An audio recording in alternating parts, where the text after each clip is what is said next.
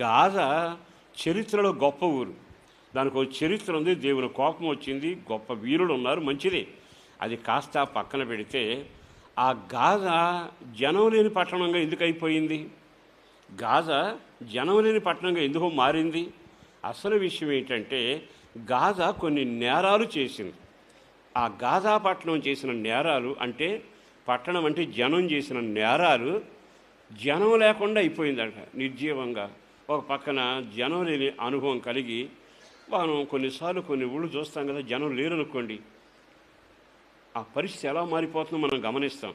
ఇప్పుడు గాజాలో జనం లేరట, అది మనకొక పాఠం. మన జీవితంలో కళకళలాడుతూ జనం చేత నింపబడి దైవ దీవెనలకు వారసులుగా ఉంటున్నామా? ఒకవేళ గాజా లాంటి పాపం నీలో ఉందా? ఆమోసు గ్రంథం 1వ అధ్యాయం 6వ వాక్యం. ఆమోసు గ్రంథం 1వ అధ్యాయం 6వ వాక్యం.